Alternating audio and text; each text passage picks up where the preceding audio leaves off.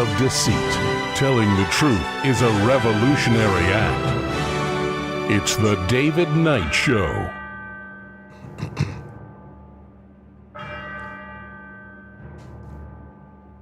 As the clock strikes 13, it's Monday, the 3rd of August, year of our Lord 2026. Well, today is also Taco Monday. Have you noticed a pattern with Trump? They're beating the drums of war at the end of the week, and then over the weekend, new hopes for peace so we can make the stock market jump again. And we're doing that yet again. But we also had something that happened at the end of the week that we're going to take a look at, what happened in Ceuta and the massive wave of migrants that looked like it was right out of World War Z. What was behind all of that? Is it just the Spanish DEI policies, the leftist immigration policies of open borders? Well, yes, that's a big part of it. But there's something else involved in that as well. And here in Tennessee, we have a congressional candidate who went after the vlog cameras with a pistol or a rifle. I don't know what he used, but he shot 4 of them. He's now in custody. We're going to talk about that issue and microcosm here. We'll be right back. Stay with us.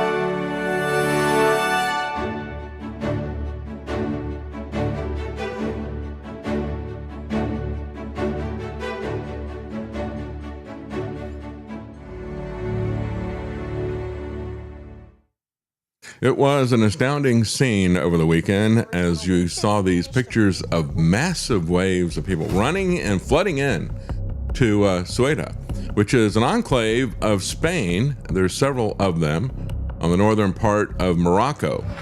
They're contiguous with the country, of course. They're not in physical territory of Spain, similar to what's going on with the UK and Gibraltar has been going on for centuries. And this is even older than that. But there's been some moves lately to push against that. And here you see people, there's a guy breaking into a house.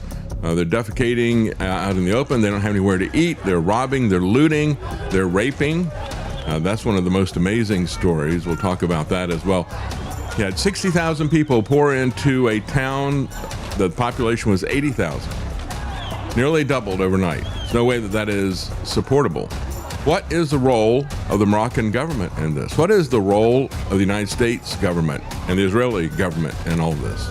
Do you see massive fires as buses burning and other things are happening? There's total mayhem in Ceuta.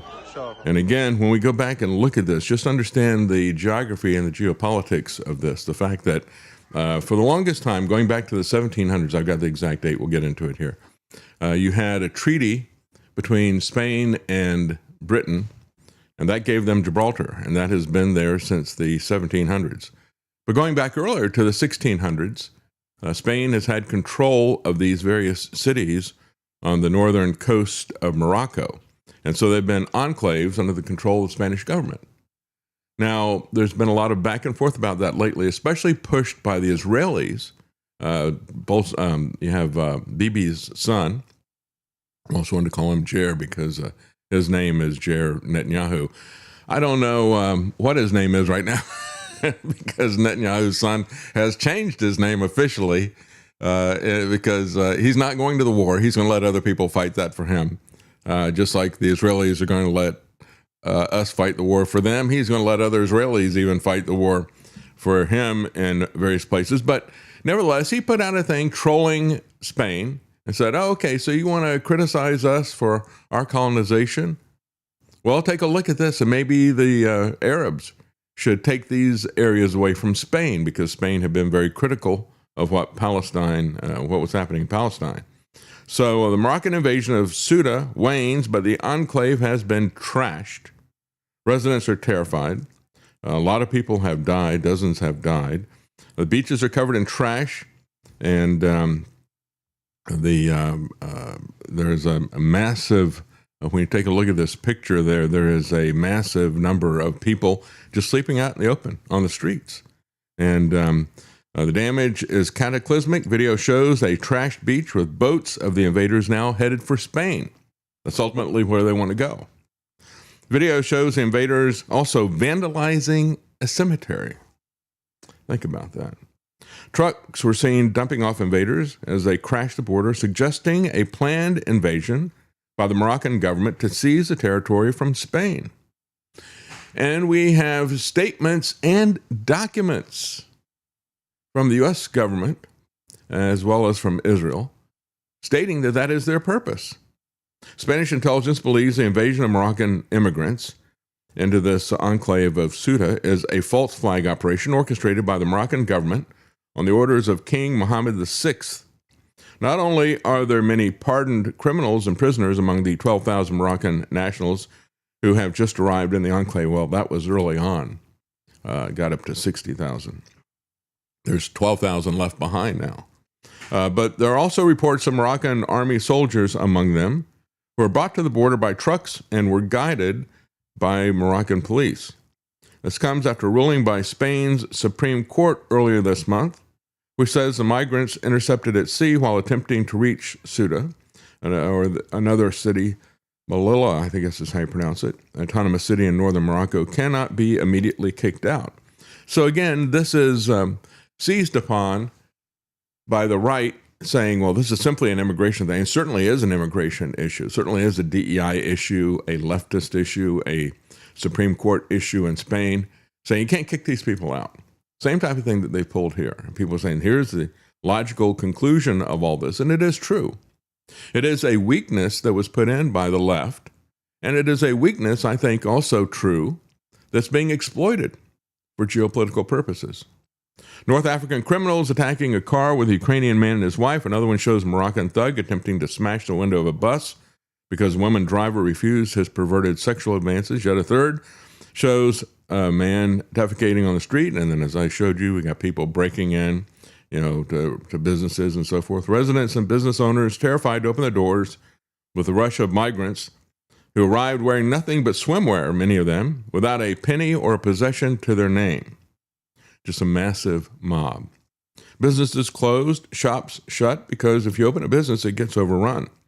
There are no measures in place. It's every man for himself. They're not giving us any help. No help from the Spanish police or the authorities. It's like an apocalypse.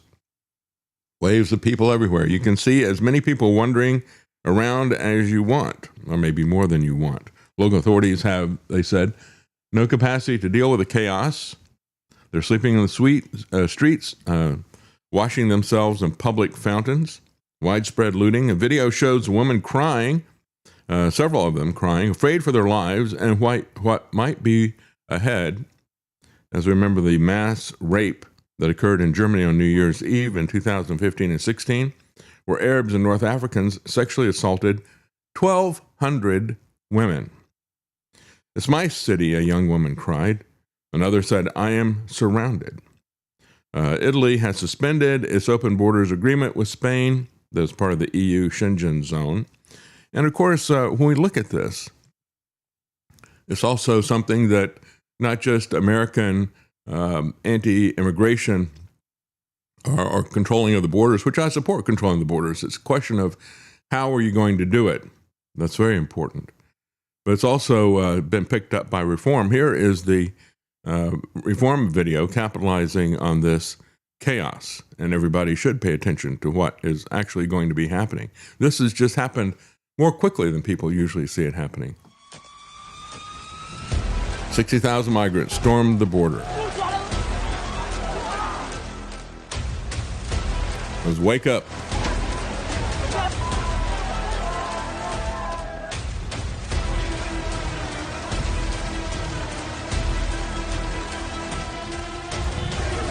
Funny, they're all young men. Isn't that interesting?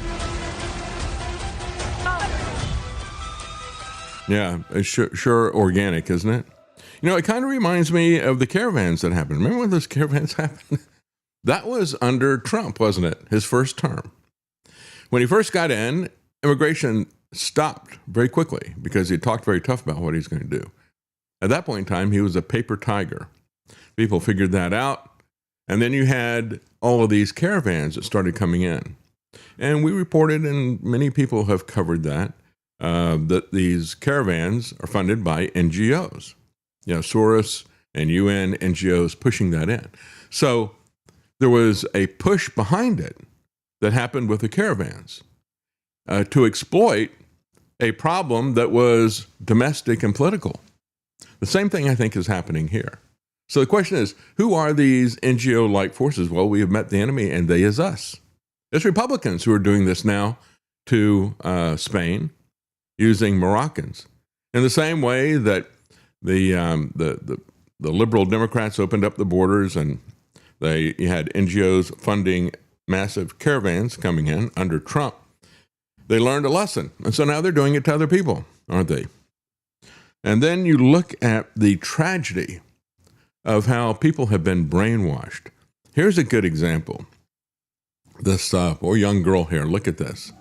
She's standing here, leaning up against a fence, videotaping with one hand and waving people in with the other. And they're literally all jogging and running. That's how quickly they're coming in a massive wave. And she's saying, come on, come on, come on. Well, it didn't turn out too well for her, as a matter of fact. There's a report about what happened to her. Very naive. She thinks, oh, this is wonderful. We want to have all of you here. A Spanish girl is missing after she was seen welcoming migrants who had illegally entered Ceuta from Morocco. Thousands of people crossed into the Spanish territory within a short time. Some swam around sea barriers, while others rushed through border areas. The sudden arrival overwhelmed shelters, streets, and police resources, forcing Spain to send more officers and soldiers to Ceuta. During the confusion, a young Spanish woman stood near the arrival area and filmed the migrants with her phone. In a video shared online, she appeared excited, smiled at several men, and used her hands to welcome them as they entered. Two men then walked toward her and told her she was very beautiful. They said they were hungry and asked whether she could take them somewhere to get food. The girl agreed without hesitation and left the area with them. Her family says she has now been unreachable for more than 10 hours. Her phone appears to be turned off, and none of her friends know where she went. After repeatedly trying to contact her, the family reported her missing. Police told them that officers were already dealing with thousands of newly arrived migrants and could not immediately focus enough resources on finding their daughter. The story has caused anger and concern online. What do you think? Yeah, exactly. Yeah, the government's not going to be there to help you. You're naive about who these people are. Many of them are criminals. And turning the prisons, opening up prisons and turning the people loose, we've seen that done before. Saw that happen with Cuba. Castro did that, sending in the Mariel boat lift. He let a lot of people out of prison and sent them straight to Florida.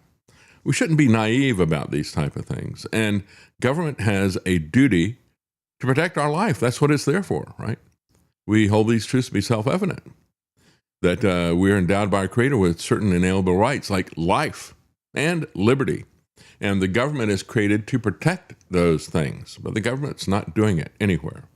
And here we have, as I pointed out before, you have the push by both Israel and our own Zionist-controlled government against anyone who criticizes what Israel is doing. This goes back to 2019. This is Netanyahu's son. At the time, his name was Yair Netanyahu. Dear Arabs and Muslims, want a free occupied Arab Islamic lands? Well, here's a good start.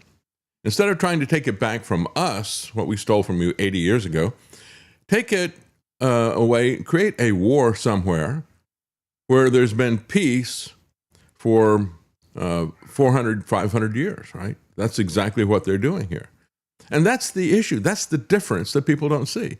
Look, if you're going to realign if you're going to redraw the lines on a map, a political map, understand those lines are going to be redrawn with blood.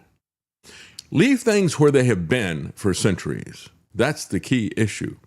But going back to that, let's go back to that map here and take a look at it. And what he does is there are several cities that are hangovers from when Spain was involved and also Portugal inside of Morocco.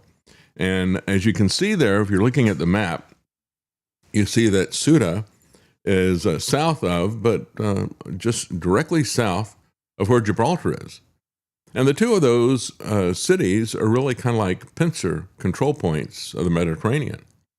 It's kind of interesting, you know, the UK went in and took a chunk out of Spain's land and kept that. That was in the 1700s. Back in the 1600s, Spain had done that to Morocco. So that is what is there. And of course, it is geopolitically significant, as we see with the Strait of Hormuz. Those things are not antiquated. If you control a strait, if you've got a situation where you have a city that is close to the strait or some territory that is there, that is not something that is unimportant even today, as we see in the various straits in the Middle East, whether you're talking about the one in the Red Sea or whether you're talking about the Strait of Hormuz. And this is a long-standing animosity between Spain and Israel. And of course, it bubbled up again when you look at the World Cup and the anti-Zionist opinions that were expressed there. There are people, they've got the Israeli flag on the ground, and they are stomping on it, driving cars over it. I think they set it on fire. Well, that desecration of the Israeli flag got people in Congress, Republicans in Congress, who were all in the pocket of the Israelis. That got them very upset. And so they did something when that happened in April. By the way, it's not just Italy has shut down their agreement for open borders with Spain because of this. Finland will join Italy in preparing to suspend the Schengen area agreement with Spain following the invasion by illegal immigrants. So some people are waking up. But the interesting thing, I think, is the fact that Zero Hedge just naively dismisses all the motivations behind all of this. They think it's somehow just happened. That's all organic. Yes, it is a migrant invasion. And yes, it was made possible by leftist policies that are irrational. The policies of the Supreme Court, as you heard, and the policies of the Spanish government. But that's not all it is. Very naive to just see that. Leftists now claim U.S. and Israel behind the migrant invasion of Spain. See, it's the leftists. When you see something like that, you can pretty much understand this person doesn't get the big picture. They got blinders on, and that certainly is the case with whoever wrote this Zero Hedge article. It appears to be coming from the Zero Hedge people themselves. A clear pattern is emerging when the political left or their favorite pet migrants wreak havoc and commit heinous crimes. The immediate canned response from the activist field is to blame the right wing or to blame those devious Israelis. Why do they do this? They say because it works. Maybe it's because it's true. They say this is part of a vast U.S.-Israeli conspiracy to destroy the country. We have the documents, Zero Hedge. You might be interested in taking a look at them. Don't be naive. They are so in the tank with their tribalism, whether it's GOP tribalism or whether it's Israeli tribalism, they can't look at the evidence. They believe the tens of thousands of Muslim migrants are taking marching orders from a Jewish-run government. That's right, that would be our government. It should be noted that the level of projection here is off the charts, but we'll get to that in a moment, says Zero Hedge. It's not projection. It's actually what is happening there. And the chickens are coming home to roost once you create that issue. This is a weakness that is something that the leftists in Spain have done. It is a weakness that is being exploited by their enemies, Israel and the Zionist-occupied government of America. And so what they're saying is, well, just forget about what Netanyahu's son said. That was 5 or 6 years ago, and he was just debating with the Spanish officials over this and pointing out that you don't like us taking over this land. And we look at what they're doing. Again, this is something happened, 80 years ago? And yet this area has been at peace for 400 or 500 years. Why do we want to mess with that? Why did the Israelis start a war? Well, because they want to steal the land. They don't have a problem doing that, as a matter of fact. There's also the fact that something of this magnitude doesn't just happen overnight. So the fact that it was 4 or 5 years ago gives more credence to the fact that it was influenced by what he said. If it were to happen the next day, that would be a point against his influence being used. That's right. Yeah, well, Spain has controlled this area since 1668. Israel has controlled the areas that they have controlled for 80 years at most. And when you look at what the Israeli settlers are doing, I got to say that as bad as this is, I think their campaign of going in with arms and just pointing a rifle at somebody and saying, you're going to leave this farm, it now belongs to me. If you stay, I'm going to kill you and your family. To me, in a sense, I think that is as bad, if not worse, than what is happening with this mob. It's far more calculating and far more effective, and we've seen how the Israelis operate. Look no further than Spain's own political leaders and their socialist policies, said Zero Hedge. A true problem and a weakness, however, this is very narrowly focused, and they have blinders on at Zero Hedge. Well, here's what Bibi himself had to say about Spain. And here we go. Israel will not remain silent in the face of those who attack us. Spain has defamed our heroes, the soldiers of the IDF, the soldiers of the most moral army in the world. Therefore, I have instructed today to remove Spain's representatives from the coordination center in Kiryat Gat, after Spain has chosen repeatedly to stand against Israel. Those who attack the state of Israel instead of terrorist regimes will not be our partners regarding the future of the region. I am not willing to tolerate this hypocrisy and hostility. I do not intend to allow any country to wage a diplomatic war against us without paying an immediate price. Yeah, you're going to pay an immediate price. You criticize them in April, and you're burning their flag and desecrating their flag as part of the World Cup stuff. And, they've been at odds with each other for a while. And then in April, surprise, surprise, there was immediate pushback, and you got that in the U.S. Congress, and also Marco Rubio. And we have the documents about that. But here's more pictures of what that looks like. Israeli Foreign Ministry says to the Kingdom of Morocco, its leadership and its people, we extend the warmest congratulations on the glorious throne day. So they love Morocco. They hate Spain. And you got to ask, why would they care about Morocco except as a cat's paw against Spain? That music's kind of got a Escape from New York vibe to it, doesn't it?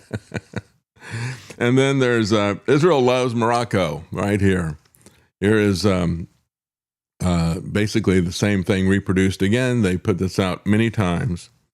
And Marco Rubio, meanwhile, gave them $20 million and said, we understand your frustration with these territories that you consider to be yours because they are contiguous, right? And we support your opinion on this. In other words, inviting them to do something about it. At the same time, he's giving them $20 million, exploiting this weakness. So again, this is, we've seen all this stuff before. We've seen Soros and NGOs doing this to America, exploiting the Democrats' open border stuff. That's exactly what the Republicans and the Zionist Republicans and Israel are doing with this and with Morocco. Morocco is an ally of the U.S. and Israel. Spain is geopolitically aligned against that Zionist alliance. An Israel-funded invasion of the Spanish territory at the northern tip of Morocco to seize control of that side of the Strait of Gibraltar.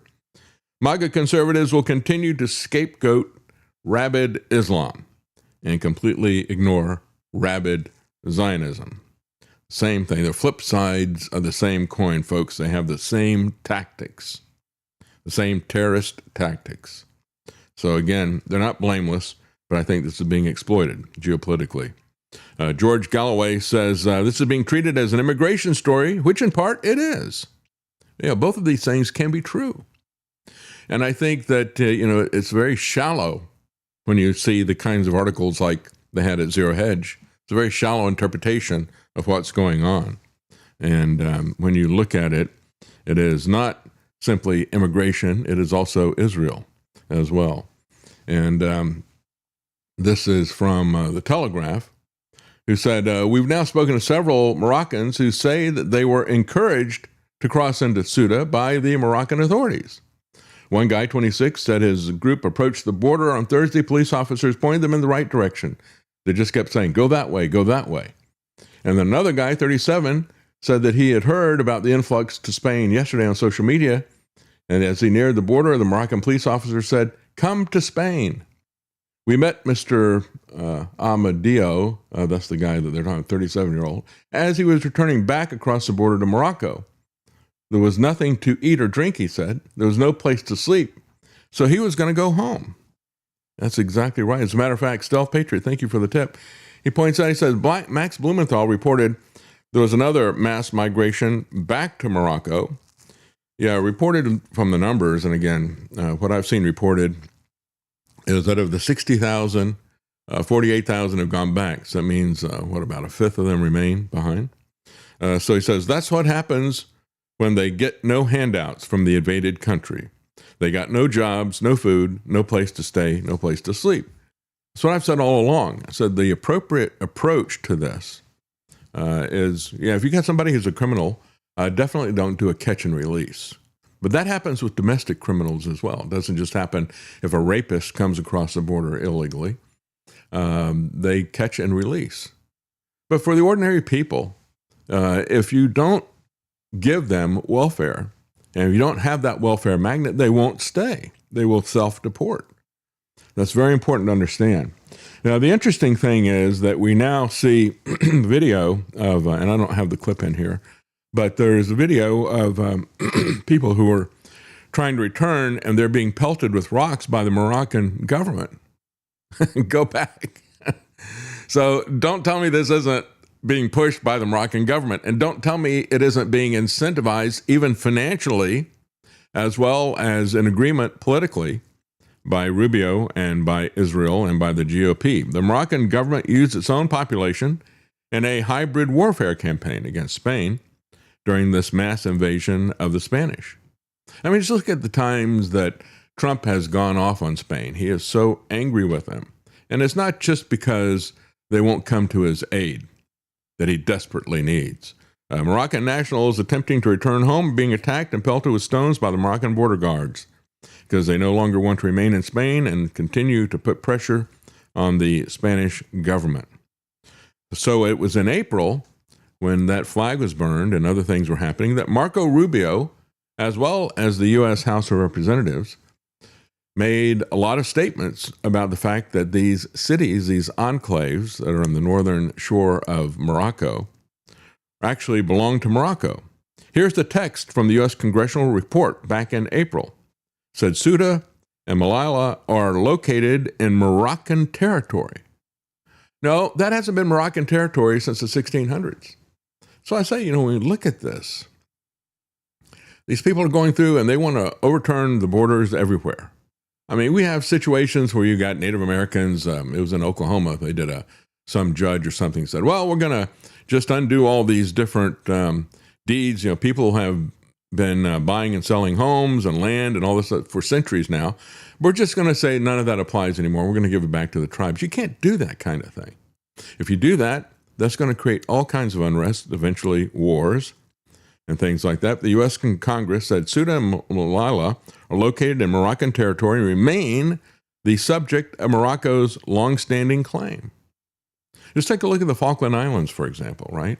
This was an ego thing for Argentina, and it was something that had been controlled by the British for a very, very long time. They decided they were going to take it back. There's been a lot of disagreement between Spain and Britain over Gibraltar recently as well. And so there are people who want to undo these things that they see as hangovers from the colonial period, and they are. But the wise thing to do is to basically leave it as it is without the government trying to intervene. But just take a look at what Trump is doing with Greenland, for example, right? This is over and over again. We see this same mistake being made by politicians because of ego and because of the geopolitical games that they like to play. Well, we're going to continue with this, and we're going to take a look at some other issues, some things, updates that are happening with pharmaceuticals, but especially what is happening with the flock cameras. Stay with us. We will be right back.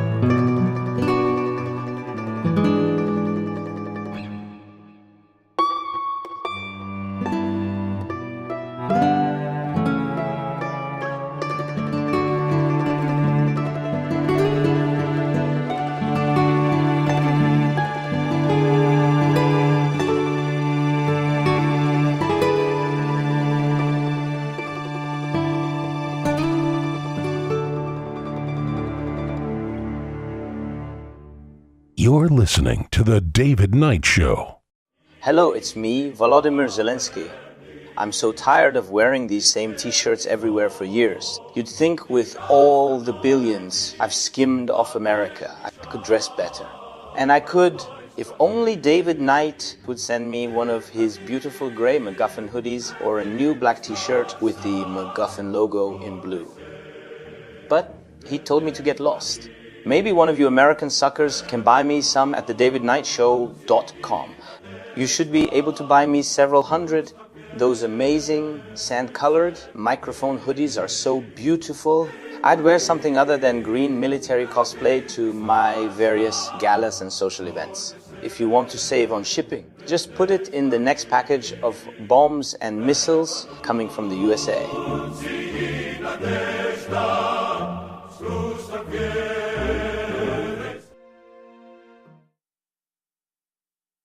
Yeah, welcome back. And we just had Zelensky there, who wants to get some new T-shirts, but he's got to go somewhere else. The MacGuffin that is always there, we always see different justifications for this, but isn't there a common thread? You know, even when we talk about what's going on with Ukraine, you know, the Gibraltar became the territory of the UK in 1713. Ceuta became the territory of Spain in 1668. Ukraine was always the territory of Russia going back to Catherine the Great in the 16 or 1700s. I forget exactly when it was. And even the British fought the Crimean War in the 1800s. And when all this Ukraine stuff happened, you had the Secretary of Defense in Britain said, well, we beat the Russians in Crimea once before. We'll beat them there again. It's like, well, what were the Russians doing in Crimea? That was their territory at the time.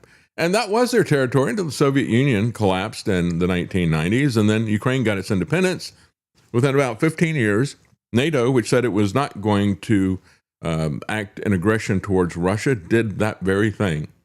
And you had a NATO coup with the backing of the U.S. government, and it was bipartisan. It wasn't just the Obama administration. You also had Lindsey Graham and McCain were there talking people up. I played the clips for you after Lindsey died.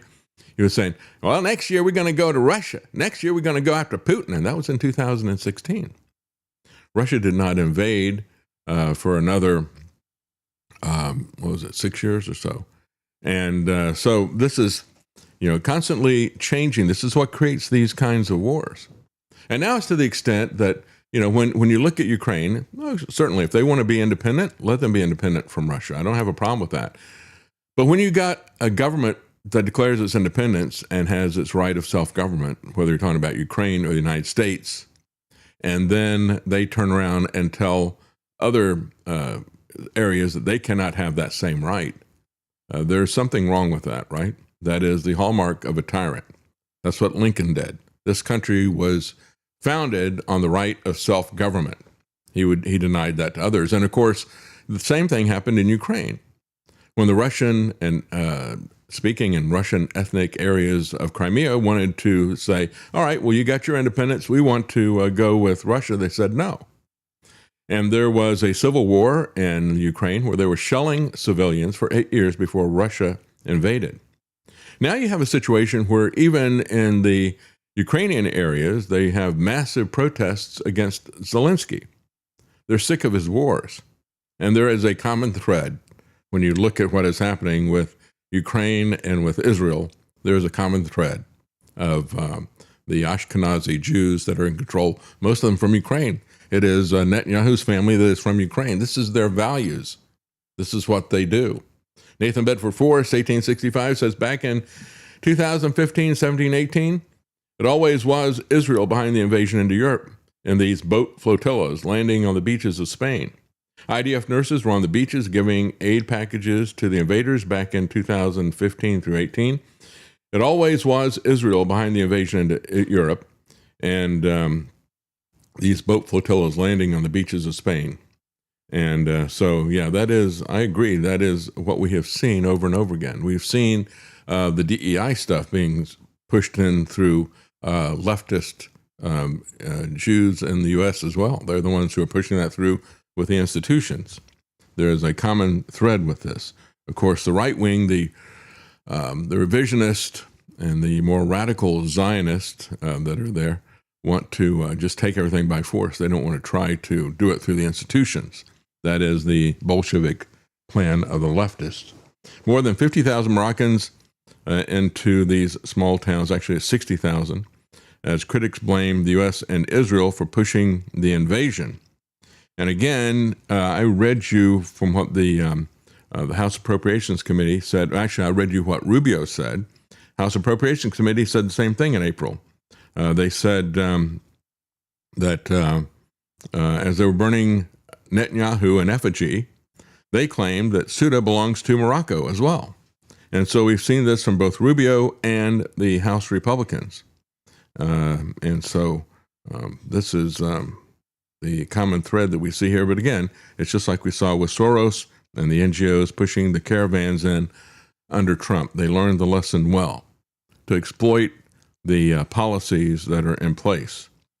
So in April, the U.S. House Appropriations Committee, again, in a 2027 bill to fund the State Department, recognized Ceuta as belonging to Morocco. Quote, the committee notes the historic alliance between the U.S. and Morocco was formalized in 1786 by the Moroccan-American Treaty. The committee notes that the Spanish-administered cities of Ceuta and Melilla are located in Moroccan territory and remain the subject of Morocco's longstanding claim, except that there's also a longstanding claim going back to 1600s, even before they had that treaty. But they don't care about that. And they don't care about the fact that the lines will be redrawn in blood. Well, we have another Taco Monday, as I said. Trump, this is a familiar pattern, and Gerald Slinty's talked about this several times on the show. He said Trump beats the drums of war for the war hawks towards the end of the week, and then over the weekend, before the markets open, he reverses everything, and he gives everybody a happy story, and the markets just keep buying that, keep seeing the same thing happening over and over again. Trump had a busy weekend. He was putting out memes of him kissing Jesus and arresting space aliens. This is where this is where his head is. This is why things are going to hell in a handbasket really quickly here in America. This the types of things that he was putting out on his social media feed. He also posted a number of strange memes that ran all over the place, kissing a golden statue of Jesus. But really, it is the taco routine, his taco dance, that is the phoniest meme that is out there. He put out the old meme of him walking along with a bunch of military guys and other people in suits and men in black, you know, the sunglasses and stuff, and a real tall alien that they've got in handcuffs. And Trump is talking to him, I guess, telling him how he is the ruler of the universe. The president also doubled down on his longstanding wish for the United States to take control of Greenland. They just can't leave the borders where they are, can they? Trump said on Friday, the U.S. will have operational control of Greenland before the end of his second term. He said, Greenland's important, you know, from our standpoint, not from their standpoint, but from our standpoint. In other words, it's all about us. We don't really care what they want. It doesn't really matter. So he continues to lie about what's going on with the war. As one person put here, said 5D chess, yeah. We're in the 5th month of a 4-week war that we won in 2 days over the weapons program that was obliterated last year. That's right. It's a pretty accurate summary. And how many times has Trump announced his victory over this? Well, as one person, Brian McGlinchey, points out, he said, Trump's damage to U.S. diplomacy could last a generation, or it might last even longer. Perhaps the silver lining of the Trump regime will be the destruction of the American empire. The thing is, this is basically what our foreign policy has been for decades. This is just the apotheosis of it. This is it reaching its logical extreme conclusion. This is where it ends. It's jumping the shark right there, yeah. So, yeah, morally and legally, it is an epic fail. Pragmatically, it is also an epic fail. The war of aggression that was supposed to precipitate a revolution has instead galvanized popular support of the Iranian government in defiance of the country's tormentors who have killed thousands of their own fellow citizens and destroyed civilian infrastructure. So I said at the very beginning that if he wanted regime change, then he snatched defeat out of the jaws of victory. They were already fed up with what was going on with the Ayatollahs. Now they have coalesced behind them, as is always the case when you conduct an unjust war, a war of aggression that targets civilian people. A war that was launched to neutralize Israel's principal rival seems certain to leave that rival far more geopolitically powerful than before. Yeah, it is blowing back big time. Throwing away the lives of 18 American service members in an unconstitutional war that was launched on false pretenses, Trump's blunder has depleted America's arsenal and has pushed the country more towards the $100 billion, even $100 billion deeper into debt. The longer that Trump delays the inevitable consummation of his defeat, the greater the risk of an economic calamity that engulfs not only the United States, but the entire world. If that latter nightmare can be sidestepped, we'll likely find that Trump has inflicted his most enduring damage on an intangible yet critical national asset, the ability of America's diplomats to productively engage counterparts. Well, as I said before, he is single-handedly also destroying the American empire, just like he and Biden have destroyed the petrodollar, pushed people to create parallel economic arrangements. He has also destroyed any faith in America's military ability to act as the global policeman, which I think is a good thing long-term for us. The petrodollar thing is going to have huge repercussions that are negative for us, but I think that is a positive. Nevertheless, when we look at people like Mark Levin, we've got this chorus of Zionist influencers out there who are basically folks, unregistered foreign agents. People like Mark Levin, people like Ben Shapiro, they are so close in what they're saying. It's almost as if they're getting a script, like, the Sinclair broadcasting thing that you've seen over and over again. We have all these different local broadcasters reading off a teleprompter saying the same thing. Mark Levin, however, doesn't operate with a teleprompter. He's got like sheets of paper there, and he's constantly looking down and reading them the whole time he's talking. He is so annoying. I thought the only way to listen to what Mark Levin has to say is to put an appropriate cartoon soundtrack underneath it. So that's exactly what we did. Here is Looney Levin as he is demanding that Trump finish the war. And don't worry, this is not going to result in a global depression, but if it does, he doesn't care anyway. Keep up asset freezes, continue the Strait blockade to cut off the regime's oil and gas revenues, continue targeting top clerical and military commanders, disrupt continuity, create a power vacuum. That's what's needed. Continue hitting ballistic missile and drone factories to destroy as much of its offensive military capability as possible, helping to protect, for example, the Arab oil infrastructure. And I know they're lobbying the White House. There have been reports on this. They're concerned about a wider war because they're concerned about the oil infrastructure, a worldwide depression, and so forth and so on. It won't happen. It won't happen. Oh, yeah, right. Hit their banks, hit their financial centers. If we want victory, and we want to get this over with, this is the only way to do it. And reconsider our aversion to hitting their oil production and refining facilities and infrastructure. The fact is, this is the surest way to cripple the regime. Don't worry about rebuilding the infrastructure. There are multiple ways to do that after the war, with a mini Marshall program, for taxpayers, Carg Island, or the taking control of Carg Island will cause enormous difficulties and complications for the regime. I don't think it can survive it, quite frankly. Can the American soldiers survive it? Exports have plummeted. Iran utilizes roughly 70% of its oil production domestically and expanded its land and floating storage buffers, avoiding total structural collapse of the wells, despite production shut-in threats from us. But these floating storage freighters are sitting ducks. And you're Elmer Fudd. Take them out as well, or some portion of them. It will again, like Carg Island, I think have the effect that we're seeking, to bring them to their knees.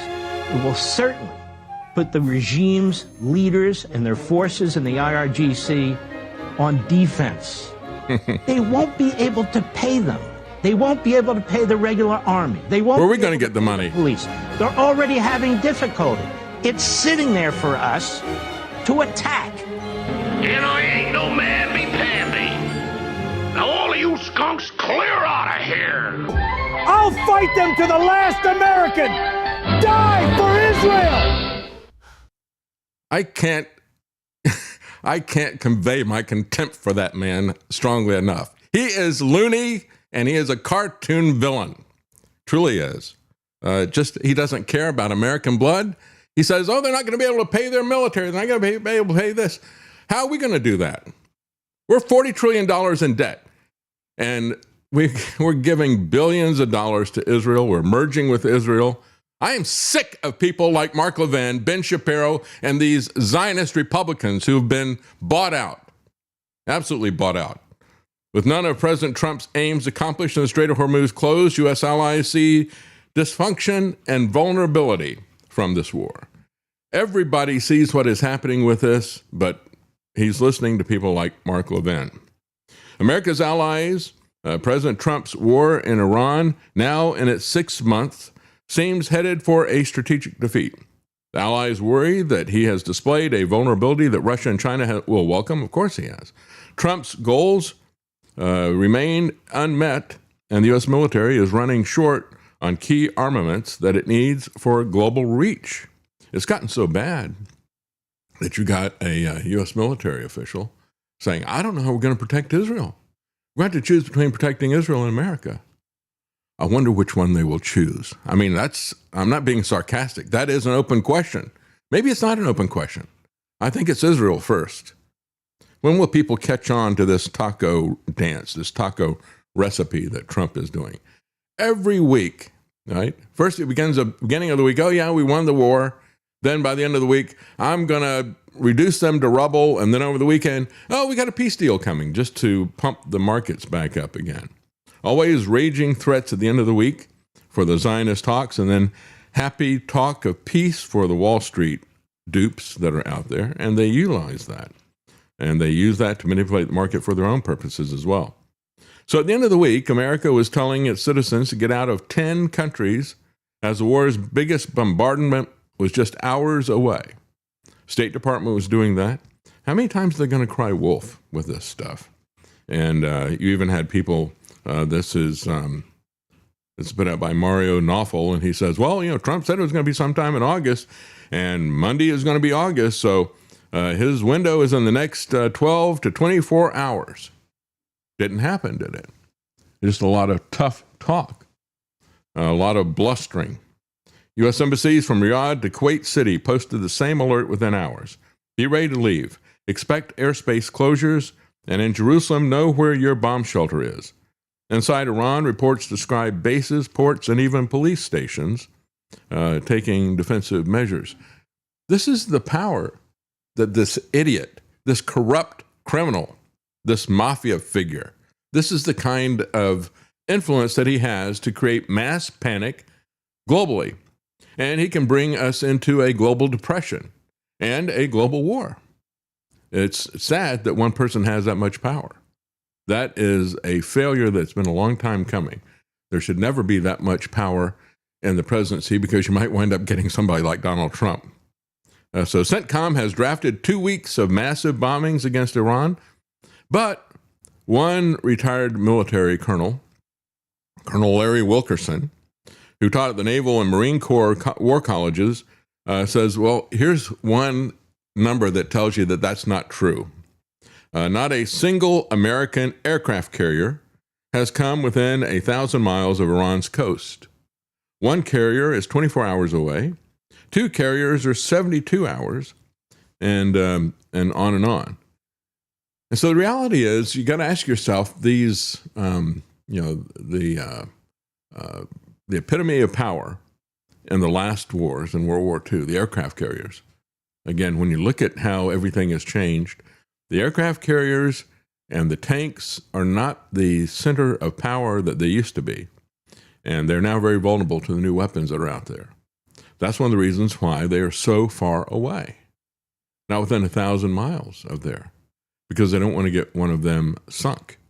And when you look at what happened with one of them, the fires that were reported, they said that that was something internal. And as I said at the time, that would be bad enough if it's faulty equipment. But looking at the way the government conducts its wars, remember, They don't have any objectives, but they do keep score. They keep score by the equipment that is lost or the equipment that they destroy on the other side, the number of lives that are lost on each side. They keep score that way. And so I'm still not absolutely convinced that that was a organic fire that was there. I don't know if the aircraft carrier had been attacked or not. Nevertheless, they're concerned about that because they're keeping them very, very far away. They don't want to go anywhere near the Strait of Hormuz. Meanwhile, Trump said the perimeters of a deal are reached. And everybody is putting that in quotes because, but they're too much afraid of Trump to put SIC behind it, which is what you typically do when you're quoting somebody and they're grammatically incorrect. They're not perimeters of a deal. You got one perimeter of an object, right? It doesn't have multiple perimeters. What's the perimeter of that circle or that square? You don't have but one. He must have meant parameters, right? Yeah, that's right. He must have. But again, we're being led by this idiotic, egotistical fool who doesn't know anything about anything. I'm not being a grammar Nazi here. He's the Nazi, and he doesn't know anything about what he's talking about. One of the things that you would expect a president to be able to do would be to communicate. And as I've heard people say before, and I think it's true, if you don't read, you can't lead. Well, if he would read, he would have a better vocabulary and better spelling. But what we've got here is a failure to communicate. A failure to educate. Yeah, this guy can't learn lessons either, can he? He says, we've just been asked by Iran and other Middle Eastern countries to hold off any attacks, and that the perimeters of a deal have been agreed to. Does anybody believe this? I mean, seriously, who believes this stuff? Here's what one user said on X. He said, tonight from 9:36 p.m. to 9:37 p.m., the S&P 500 price on Hyperliquid spiked bigly. I couldn't figure out why. Then Trump posted his taco at 10:05 p.m., so they got a little bit of a head start. About a half hour or so. He is capricious, arbitrary, unpredictable, the worst kind of person that you could hand all power to, is Donald Trump.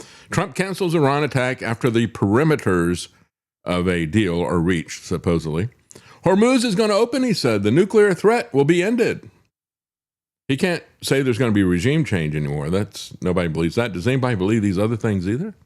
You got people on Wall Street saying, nacho, not a chance, Hormuz opens. Based on their request, I have agreed for the future benefit of the world, he said, and likewise the survival of a successful and prosperous Iran, to cancel the attack, subject to being able to rapidly make a deal, all uppercase deal. We'll be hitting them very hard. At some point, they're going to say, we just can't take it anymore. Do you believe that? I think what is happening, and even Mark Levin admitted this in a roundabout way. So they've got it, and they've done this, and they've done that, and they've done that. They've adapted, right? They've got these floating barges for the extra oil that are out there. So those are like sitting ducks. We can blow those things up. Yeah, they keep responding to this stuff, and they keep finding ways to survive. That might be the lesson that you take away if you're not Mark Levin. The president also said that he is losing faith in negotiations, accusing Tehran of repeatedly lying and breaking their word. All they do is make me angry, he said. Yeah, he's like Daffy Duck. The bottom line is, as one writer pointed out, he said, there was this debate back and forth in Iran between the hardliners and the moderates. Hardliners said, you can't trust a thing the United States says. And in the first round, you had the moderates prevailed. And they went with the memorandum of understanding and other things like that. And then Trump turned around on all that. And so now it's the hardliners that have control. What he's done, he's made them more hardline. He's done the same thing with his assassination stuff. It has all backfired. Everything that he has done has backfired. As a matter of fact, one person came up with a peace plan. It only has one point. Here's the point. This is from Babylon Bibi. America suggests a one-point peace plan for the Middle East. And that is, Trump hands them a note and says, What if we just stopped funding Israel's military aggression? That would be the 1-point peace plan. That would work right away, I think. Iran had threatened sweeping retaliation if Washington followed through with another major attack. And remember, you heard that sage, Mark Levin, say, that ain't going to happen. It won't happen. They're not going to blow up the other places. They're already doing it, Levin. How could he say that when it's already happening? I mean, it's just Levin and Trump and Shapiro and his people there, Dave Rubin and all the rest of them, they just lie to you, telling you that things that we see are already happening or have happened aren't going to happen, even after they have. And so Iran says, by the way, that Trump is lying. I think I would believe Iran at this point. They said they did not ask to halt attacks. Iranian military officials say the terrorist claims by the U.S. president that Iran has asked to halt the attacks are merely a new lie and a desperate attempt to extort the rulers of the Persian Gulf and to put pressure on them. And so there is an echo chamber of these influencers for Israel, Levin, Shapiro, and others, to finish the job. And Trump was very happy that the House Intel chair also repeated that. I wonder where he picked that up. He went on with Fox News, start calling it Zionist News, and he started repeating, this is Representative Rick Crawford, is tired of the U.S. negotiating with Iran. Yeah. Why did we ever bother to negotiate? Well, you never did, actually. You said, let's get together and have some negotiations for peace or whatever. Then you wound up attacking them in the middle of the negotiations. So I guess you've always been tired of this. And so the Zionist fifth columnists, like Levin and Ben Shapiro and others, are repeating this over and over again, always on Fox. And now you've got Republicans who are doing it as well. And Trump is so excited about that. Sean Hannity and crew. How does anyone take any of these people seriously? Imagine the amount of money that Israel is paying Fox to put this garbage out there because they look like fools when they do it. The same thing they did for pharmaceutical companies. Fox is more than willing to lie to you for the pharmaceutical companies, and not just them. CNN, MSNBC, they all lie to you for money. They'll do the same thing for big Israel that they do for big pharma. His statement came a few days after he told Fox News the U.S. was going to beat the effing crap out of Iran. That's Trump. Yeah, he sounds exactly like the mafia thug that he is. And he is a mafia thug. So for weeks behind closed doors, Trump has been telling aides that the Iranians are crazy. Yeah, who's crazy? Is it Levin and Trump? Or is it the Iranians? Maybe they're all crazy. According to U.S. officials, he's also complained that to confidants that the interim peace deal was ultimately meaningless, officials said, and he knew it was never going to work. Yeah, he was just jerking our chain, wasn't he? That's all lies. Everything that they've done is lies. So we're going to take a quick break right here at the top of the hour, and we will be right back.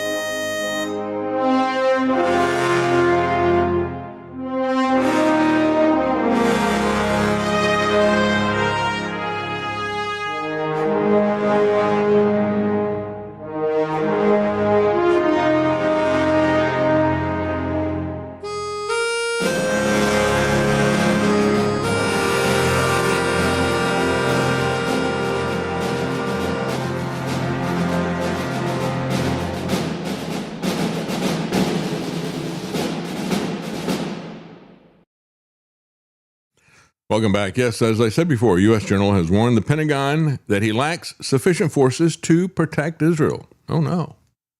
What about the USA? Well, he said we're going to have to choose between defending Israel or the homeland of the USA. That should be very concerning for all of us because we know that Israel comes first, always with these people. And he says he'll be forced to choose between defending the U.S. homeland and defending Israel. Again, a $40 trillion debt. And Mark Levin is saying, yeah, let's have this work because then the Iranians won't be able to pay their police or their military or redo their military. And it's like, well, the same thing may happen to us before too much longer. U.S. naval destroyers in the Eastern Mediterranean have long been part of Israel's defense strategy. The U.S. Navy has 5 destroyers deploying from Ceuta, Spain, a 6th expected later this year. They're reportedly experiencing a shortage of missile interceptors, which are costly to manufacture and hard to restock. So they said that U.S. forces have shouldered the brunt of defending Israel from Iranian ballistic missiles. And yet, what do we get from all this? We see last week Israeli Finance Minister Bezalel Smotrich said Israel was content to remain out of the fighting and to allow the U.S. and its Gulf allies to fight the war on Tel Aviv's behalf. He said, Israel has no interest in joining this campaign. So they start the fight and they drag us into the fight, and then they want to back out and let us finish it for them. The current situation, he says, is the best one for us, said Bezalel Smotrich. And that was last Tuesday. I played that clip for you. The Arab Dome is also failing. As a matter of fact, Iran targeted at the very beginning the eyes of the defense system. And so it is a situation where the bases can't be defended. The aircraft carriers can't be defended. Israel can't be defended. But Trump wants to escalate. And how will he escalate? Well, the only thing he's got left is to throw American lives into this for Israel. And you got Mark Levin and others banging their hands on the table, demanding that we die for Israel. Meanwhile, Netanyahu's visited the White House last week and lobbied Trump to escalate the war, imposing a land blockade on Iran. Now, that's just stupid. Have you ever looked at the territory other than on a flat political map? If you look at it even on a topological map, you know what folly that is. That's one of the reasons why the CIA, the director Radcliffe, said when you had Netanyahu and the Mossad chief do their full court press to trick Trump into this war, the CIA director said, this is farcical. And here is one of the most farcical things to come out of it. A land blockade on Iran. Half of it is mountainous. There's no way that they're going to be able to do that. So again, planning to significantly escalate the war of aggression by targeting Iran's vital energy infrastructure. Yeah, if you're going to send in the Marines to take Karg Island, which is what Levin really wants, how many of them are going to die? And then what do they do when they get it there? How do you resupply them? I mean, it's within missile range of the mainland that is there. So as all this is happening, a new fear campaign, the scope of hacks on U.S. water supply widens as evidence points to Iran. Really? Do you believe any of that? Why would you believe anything, first of all, that's coming from the Pentagon or from the Trump regime? I wouldn't believe anything they tell you. But look, we know, and we've said this over and over again, go back to Vault 7. That was the CIA's program to disguise themselves to look like anybody they wanted to look like. They could look like Russians, Chinese, Iranians, anyone, even friendly nations. And you had, at the time, I had interviews with both William Binney as well as, what's the name of the guy, Travis, that, let's see, I got to give you more than that to go on. John McAfee. And both of them were saying, you can't tell anything from any of this stuff. You can't tell where this is coming from. They said, oh, well, we got the keystrokes that show that it was a Russian computer that was doing this. The program to do that is Vault 7. That was hacked, and that was released. First, we had the manual that showed how the thing operated, and then the actual code was released by someone, and then WikiLeaks said, okay, well, since the code is out there, we'll put it out there as well. Now, everybody has that code. Everybody can mask themselves to look like whoever it is that they want. All these different countries. And that's not to say they couldn't develop their own version of Vault 7 that was even better. So there's absolutely no way that anybody can determine where these cyber attacks are coming from, if they are cyber attacks. I don't even know that I necessarily believe that. But supposedly 7 water systems in Michigan and Minnesota have been coping with cyber attacks. Let me just say this. Why does anybody have a water system that is online to be hacked? There's absolutely no reason why that should be there. It's just like the voting machines, right? There's very strict controls to say you don't ever connect these things up to the internet. And you have to have somebody physically guarding these things to make sure somebody doesn't walk in with some malware on a thumb drive and corrupt the system. But why would you even have a water system that is online? If that's the case, it's on them, quite frankly. And you can't say that just because this is happening because we have picked a fight with the Iranians that it is coming from them. I would just say, do us a favor and shut down all these different water systems that are putting fluoride in the water. That would be a big thank you to whoever is doing it. But they can't determine that it is Iran that is doing it. Speaking of poisoning people, let's talk a little bit about Fauci. As a matter of fact, there's an article from the New York Post says, James Madison knew the antidote to Fauci's COVID tyranny. Yeah, that's right. It's called the 10th Amendment. And they knew that that was an antidote. That's why when you go back even to 2 months before 9/11, for the first simulation, Dark Winter, they calculated how they were going to do this. And they were going to have money and executive orders coming out of the president's office. And then you had 9/11. The week after that, you had the anthrax attack. 2 months later, they do the Model State Health Emergency Powers Act. And what that did was model legislation that they sent out to all the states and said, when we have a pandemic, and we're going to have a pandemic, so here's what you need to put in the state law to give you the powers that you need to execute under the 10th Amendment. It's going to be done by the states, not by the federal government. And so Fauci didn't have the ability to tell people what to do. He gave them some medical orders, but nobody was obliged to follow that.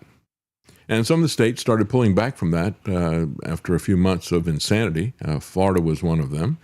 But the thing that really made it happen was the money out of Washington. That's how you get around the 10th Amendment.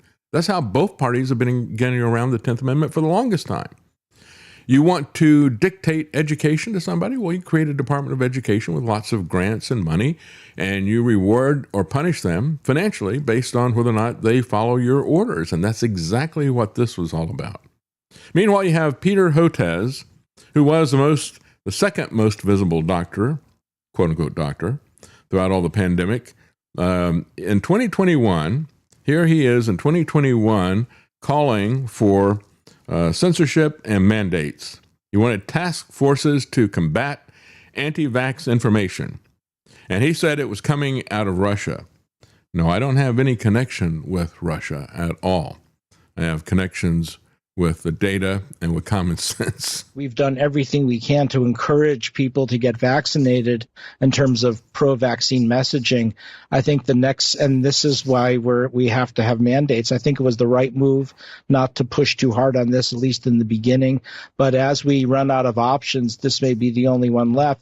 I just think it's going to be very hard to do this successfully when you have all of the anti-vaccine content dominating the internet right now. I think we need to be looking at, the Center for Countering Digital Hate has a plan to deplatform some of the major offenders at the non-governmental level, and we've got to work harder with some of the far-right activities like we saw at CPAC or on the conservative news channels.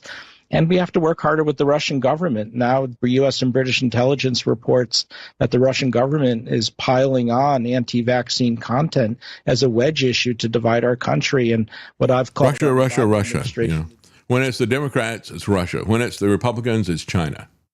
Yeah, we got to do this because of China, or we got to do this because of Russia out there. No, they actually did follow his recommendations. I mean, I can personally testify to the kind of stuff they did to me. And, if you can't make an argument for what you think is true, if you can't prove it scientifically, then you resort to censorship? Is that what you're trying to say? You can't win the argument, so we're going to punish them. Here's Dr. Birx, the doctor scarf, if you will. Take off that scarf and put it over your face. Well, she admits to altering documents and to lying in order to get people to take the vaccine. Dr. Deborah Birx, who is coordinator of the Trump White House Coronavirus Task Force. Just remember, this all happened under Trump. He was responsible for every bit of this. Fauci, Birx, all of these people operated under him. The buck stops with him. He could have fired him, but he didn't. And so you have the people who are making excuses for him. Independent Sentinel. Well, Trump should have fired them. Yeah, but he didn't. So what does that tell you? Not only did he not fire them, but he gave them commendations as he was leaving office. So she wrote to Fauci in April of 2020 to explain that President Trump had screamed at her and said he never should have listened to her and Dr. Fauci. Now, again, remember, this was about a month after he shut everything down. It's April 23rd. He shut everything down on Friday the 13th in March, right? So he said after that, well, I had two very smart people who came to me and explained all this stuff. All those two very smart people were Fauci and Birx. So he called Birx in and was yelling at her, according to Birx. She wrote to Fauci in his diary. But again, they weren't very smart people. He was just extremely stupid. It turns out that, all this stuff about flattened the curve and all the rest of this nonsense that we heard, the model and the computer simulation that the Imperial College of London had was not a curve. It was a straight line. Every person who gets infected, quote unquote, will infect two other people ad infinitum, right? And so Fauci admitted in his diary that they left Trump with no off-ramps, no choices. Well, of course, he's got off-ramps and choices. He's the president, right? What is he? Does he do what he wants now?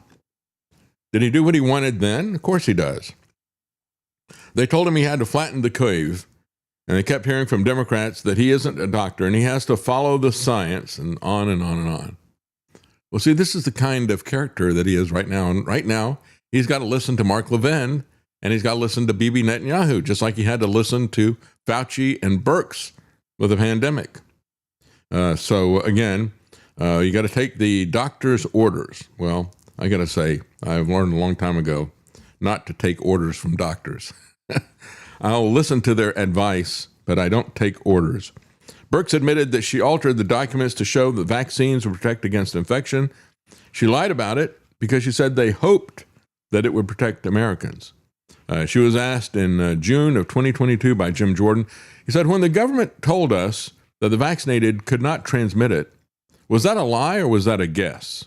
She said, well, I think it was hope that the vaccine would work in that way. Well, the government was selling you lies and fantasies and demanding that if you didn't believe those lies and fantasies, if you noticed that their so-called science of virology was self-contradictory and that they were contradicting everything that always said, if you happen to notice that, you need to be punished and deplatformed and silenced. Dr. Birx said blue states overclosed. But what she did not say is that she was demanding that people stay at home, wear masks and goggles if they absolutely had to leave the house. She even suggested that they decorate their masks and use face shields in addition to masks. This all happened under Trump. Let's understand that. Big Pharma then rewarded her, made her CEO of a pharmaceutical company, and Trump rewarded her as well. And the two of them are constantly getting rewards from the pharmaceutical companies. Florida is now going to investigate Fauci after a Senate hearing, and that's good because the pardon from Biden that Trump said he's going to honor, even though he says it was auto pen, he says this wasn't the president who did it. It was somebody else who did it with an auto pen, but I'm going to honor it. Well, maybe Florida won't. Quite frankly, Biden can punish Fauci for federal crimes that he committed, but other things like fraud and other things like that were committed, a state can still come after him. So we'll have to wait and see what happens with this. I'm still somewhat skeptical. I understand the purpose of the presidential pardon and its usefulness, but I'm not sure you get to just poison the world. And one guy says, you know what? All's forgiven. I don't know that it works that way. Well, except that Trump poisoned the world. I mean, he's called himself the father of the vaccine over and over again.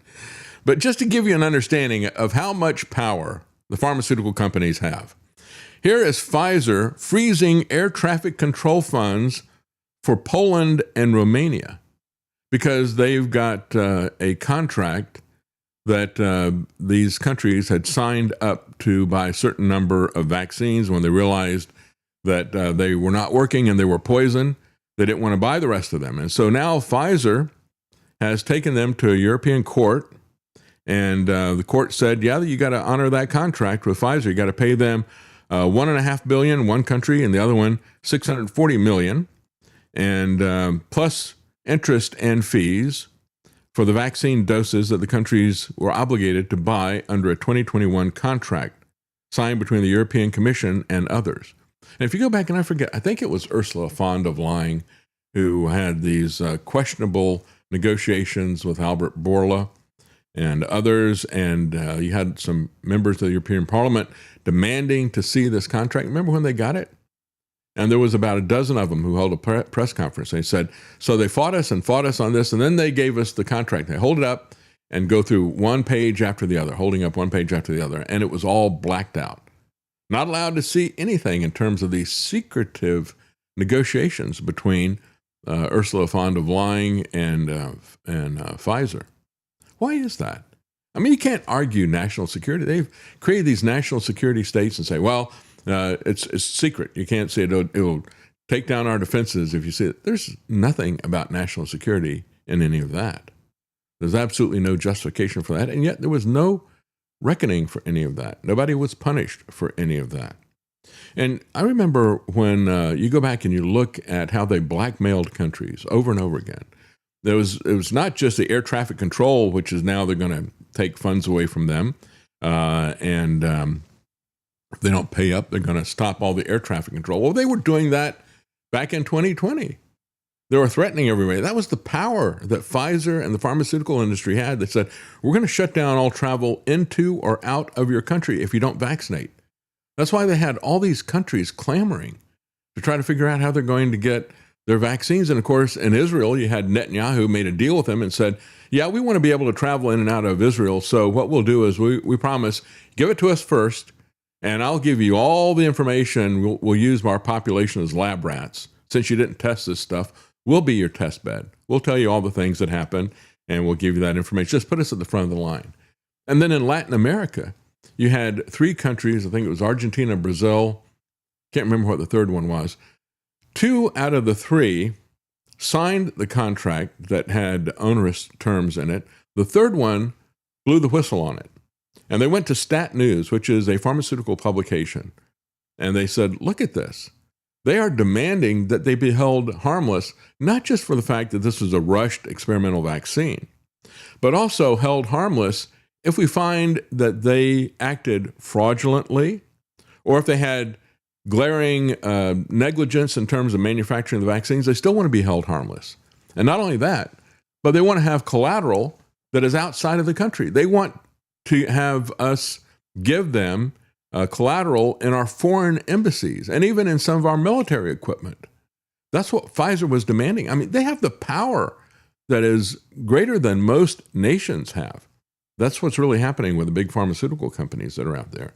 And just to give you an idea, I mean, they've got that kind of power where they can jerk nations around.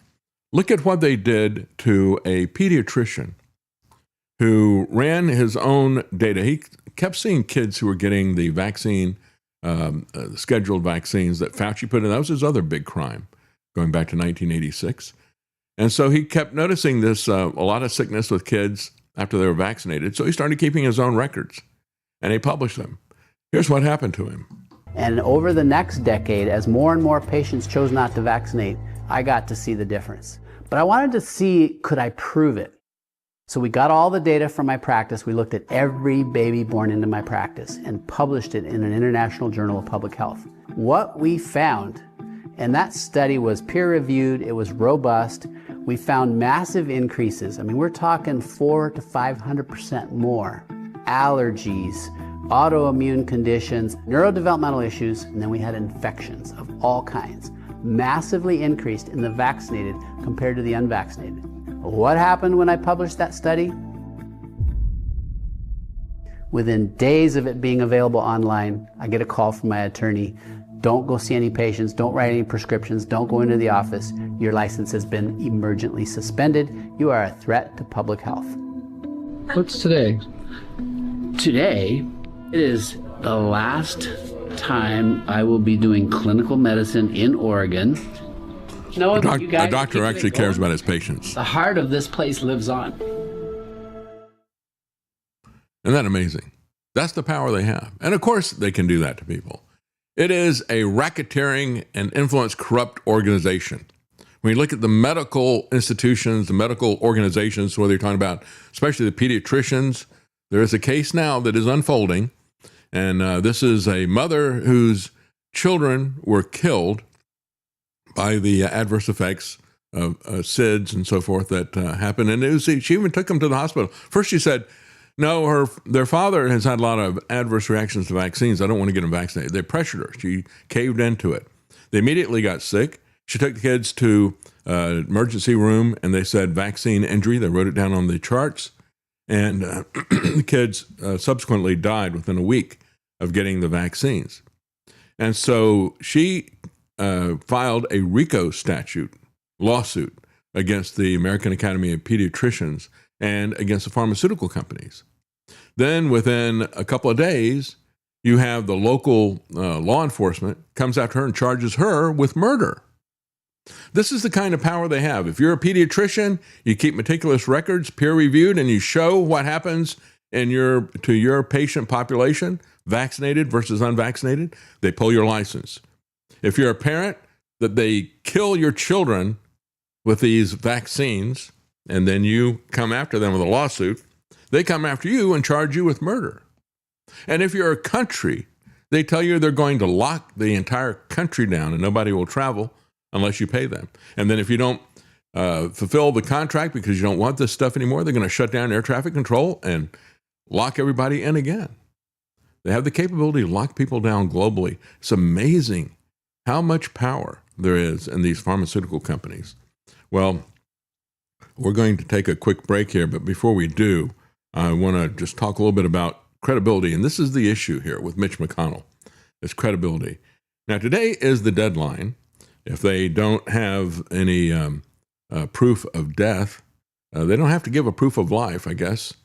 But if they don't have any proof that he is dead, they cannot call a special election, whether he's dead or whether he's on life support, brain dead, which medical people say that is most likely. Handy, who's got decades of experience as EMS, has said that. Many people have said that if you find somebody unconscious with a cardiac arrest in the morning, chances are they're either going to die or they're going to be in a vegetative state on life support.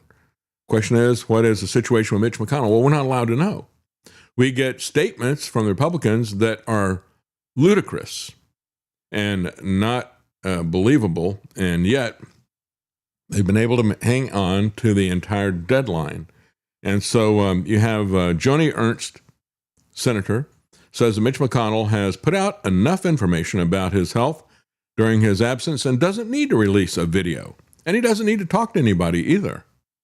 He doesn't need to appear publicly, even though he's not in the ICU, they say. They say he's in rehab. But even in rehab, he can't pick up the phone and call anybody.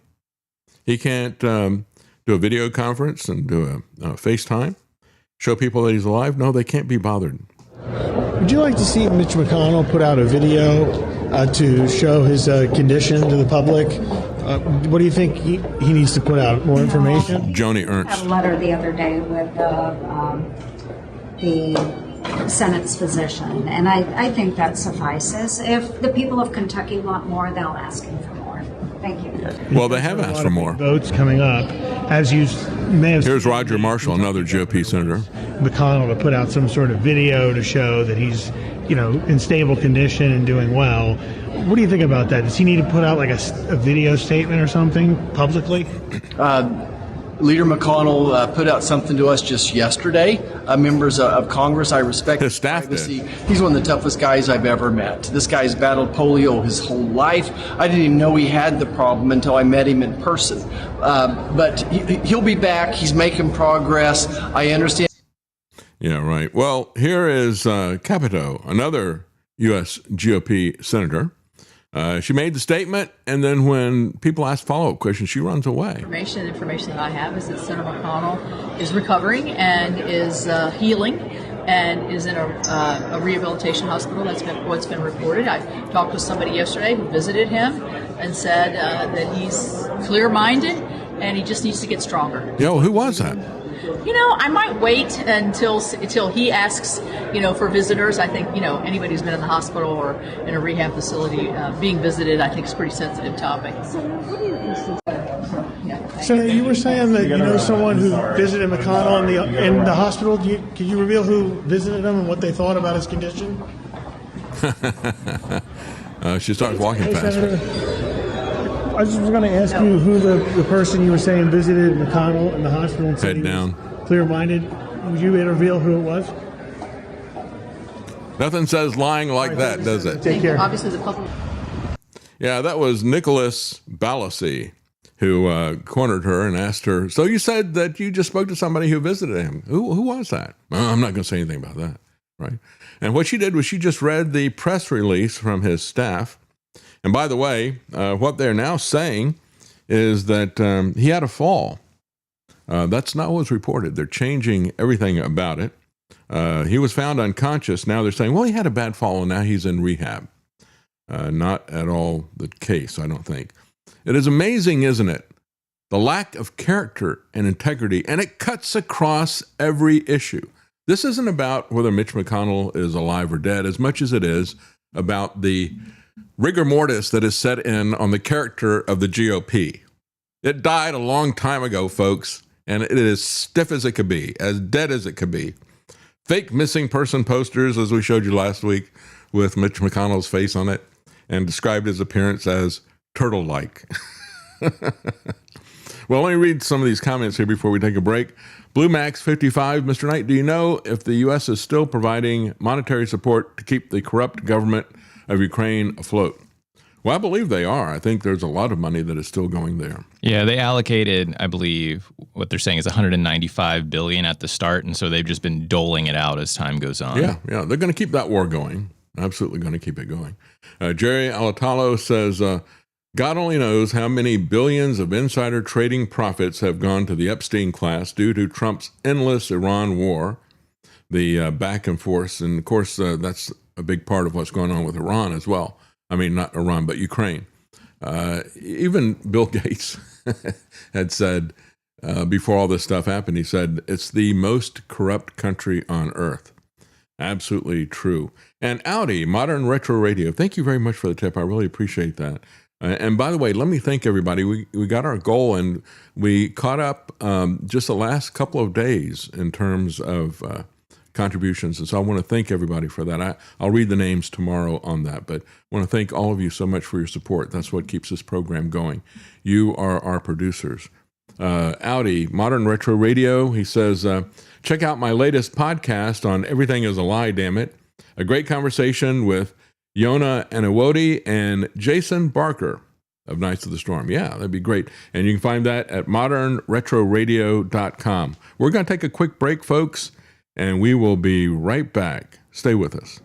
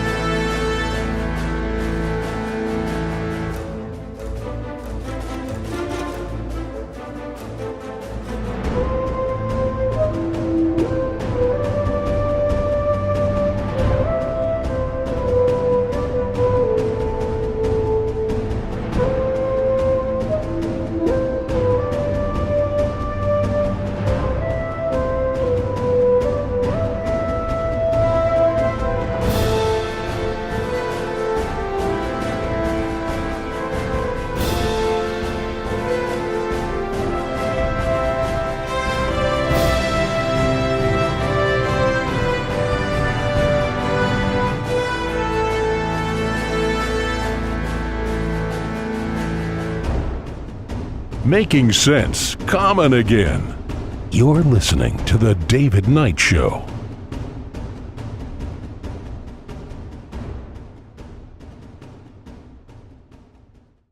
Well, I guess we could start calling Donald Trump, instead of just Vax Daddy, we could probably call him Daddy Warbucks, because he hasn't seen a war that he doesn't want to throw money at. Lindsey Graham never saw a war that he didn't like, and Donald Trump never saw a war that he didn't want to throw money at. And of course, he's not alone on that. We've had a long line of presidents from both parties that have done that same thing as well. But he set us on a whole new slope, increasing it even more. And it's not just big bucks for war. He's now looking to bail out Japan's fiat currency. And he is buying more shares and more corporations. Crony capitalism is what he's involved in, corruption as well. But I want to take a look at where we are and some new updates to this reflecting pool nonsense that's going on. It's also a reflection of his character. It is a reflection of his narcissism, his corruption, his stupidity, and his incompetence. And he characteristically, in this particular case, this reflection pool, he blames it on other people. And as a matter of fact, the Department of Justice just admitted that the problems with the pool were not as Trump was saying, and so many Trump regime officials from Doug Burgum and on were saying, oh yeah, this is vandalism. We did our job. We did it perfectly. Well, no, you didn't. It was a rush job. It was a no-bid job. It was a job that was done with a guy who basically looks like a clownish mafia figure from Central Casting. There he is with Trump, the two of them. I don't know who's the bigger clown, who is the bigger mafia clown that's there.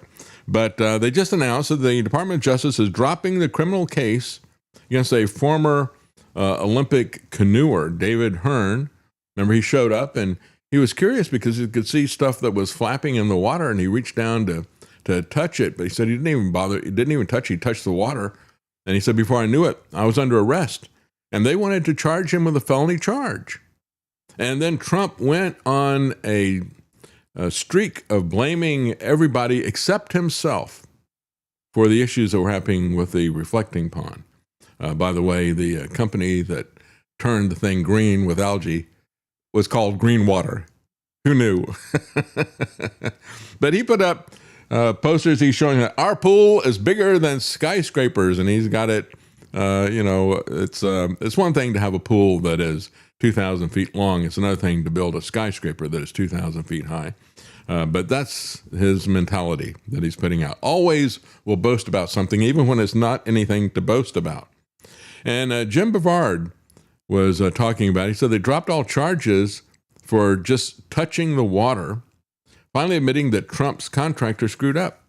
He said, does that mean that I, too, am no longer considered to be a radical leftist lunatic? That's the way he was treated.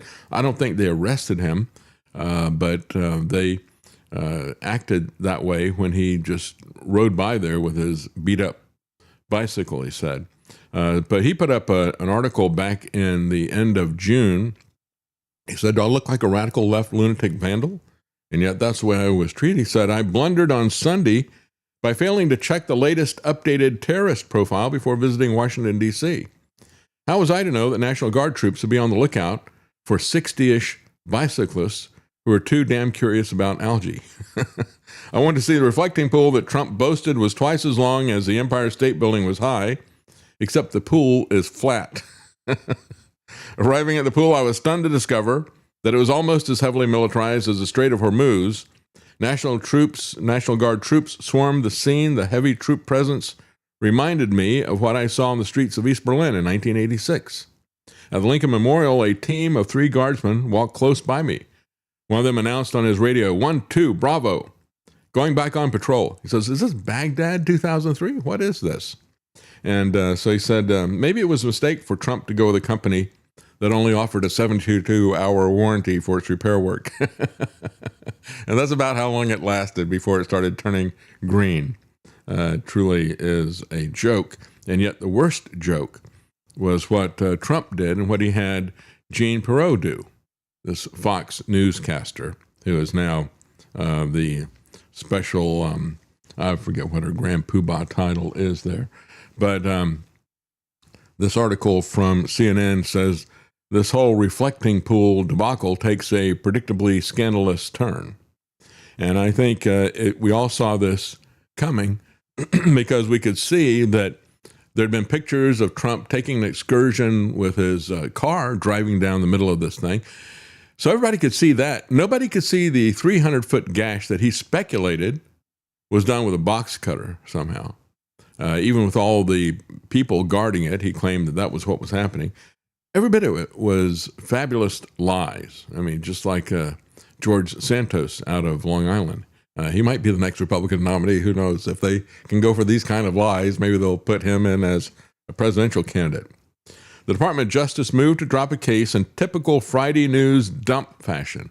Yeah, if they got something they don't want you to pay any attention to, what they do is they dump it on Friday afternoon.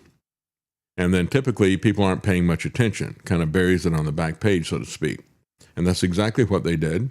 The DOJ said this was exactly what it seemed to be from the start, that the damage was a result of a botched installation and not vandalism. It said had DOJ been forthcoming with the information clearly in its possession, the government would not have sought a grand jury indictment. I'm sorry, that's not DOJ, that's DOI. They're blaming it now on the Department of the Interior. Doug Burgum, for his part, he argued on Saturday that the evidence is clear. The department had provided the U.S. Attorney's Office in Washington with, quote, expert and eyewitness testimony to the damage that was done by the vandals. The problem is that their own internal documents say otherwise. So there's Doug Burgum. So much for his character, so much for his integrity. He just burned it. While furthering Trump's political goals, Trump started claiming vandalism after his coveted reflecting pool renovation began to quickly deteriorate. And isn't this the very thing for which narcissism is named? The legend of Narcissus who fell in love with his own reflection.